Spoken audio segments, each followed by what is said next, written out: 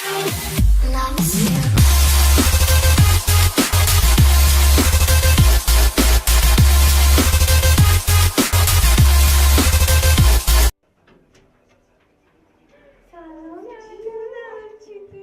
دو خواهر تاجیک طرز زندگی مختلف اختیار کردند. یکی دنیوی است و دیگر روزگار خود را بر پایه شریعت اسلامی پیش میبرد. پروانه جنیدوی 28 ساله مسلمان محافظه‌کار بوده، از سالهای تحصیل در مکتب میانه در پی طاعت و عبادت و پیگیری ارکان اسلام است. پدر و مادر من وقتی که من به دانشگاه داخل شدم، به دانشگاه اسلامی زودیت نکردند. یعنی آنها میدونستند که من به کدام راه رفته ایستادم. یعنی بعد از خواندن اونجا، بعد از خواندن دانشگاه اسلامی، حتما من سطر میپوشیدم، من میخوندم، من درک میکردم اسلام رو.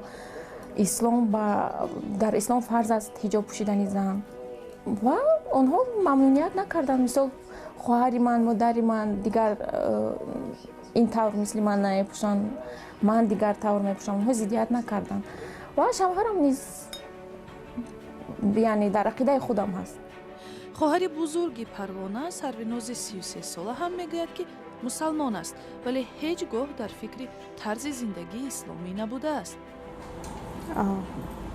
من هیچ وقت فکر نمیکردم که فکر آن را نمیکردم که من رومال پوشم یا که خیلی طرز حیاتی مذهبی برم. هیچ وقت خیلی فکر نداشتم. بعد اویلای منم، شوهر منم آدمی یعنی با قوم صبرمنی هست.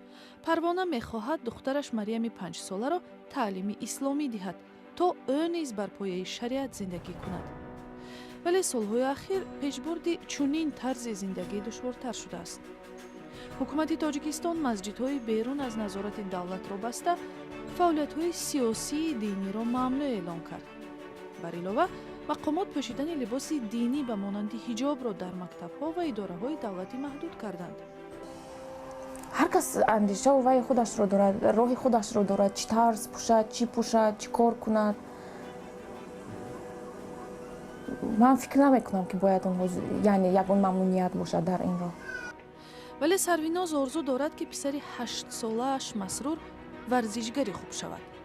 در برابر آنکه سرویناز از حامیان طرز زندگی دنیوی می باشد، او به انتخاب خواهرش پروانه احترام دارد. من فکر میکنم که هر یک آدم اندیویدوال است. یعنی هر کس فکر خودش را دارد، هر کس اندیشه و پرینسیپ خود را در زندگی دارد. یعنی آدم را مجبور کردن نمیشود یگان وقت که تو خیز این کار کن یا که وای کار کن.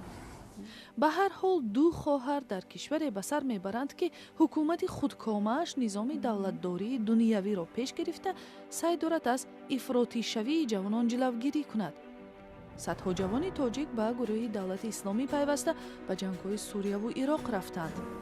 البته این گروه‌هایی که تشکیل شدند در چندین سال‌های اخیر یعنی جنگ میکنند و خود را اسلامی میگویند، البته آنها فکر نمیکنم که آنها از اسلامند. یعنی سرویناز هم به این نظر است که نقش پدر و مادر در تربیت فرزندان و از جمله راهنمایی درست در انتخاب اصول زندگی بزرگ است.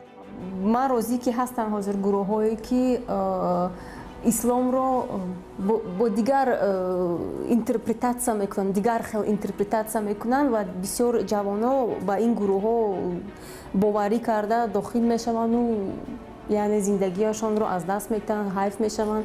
این رو من میفهمم و من فکر میکنم که از پدر و مادر وابسته کلام دارد که با فرزند بسیارتر گپ زنن، بسیارتر آموزن، بسیارتر در مکتب‌ها، در دانشگاه‌ها این گپ‌ها رو هم میزنن. همین طریق دو خواهر طرز زندگی گوناگون را انتخاب کردند، ولی در اعتقاد و احترام آزادی انتخاب متحدند.